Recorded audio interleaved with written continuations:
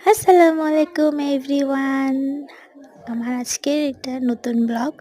তো আপনাদের সাথে শেয়ার করব আজকে ডিমের তেলানি।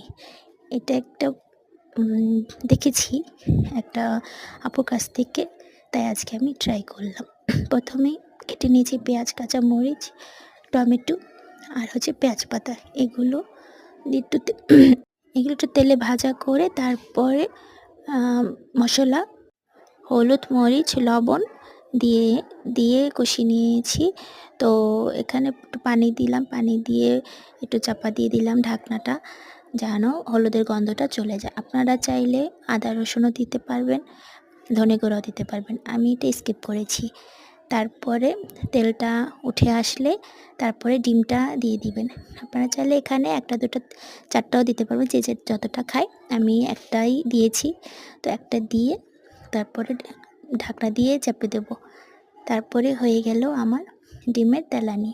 দেখেন কত লোভনীয়, খেতে মনে হয় কত লোভনীয় হবে। তো এই যে একটা বাইট খাবো দেখি।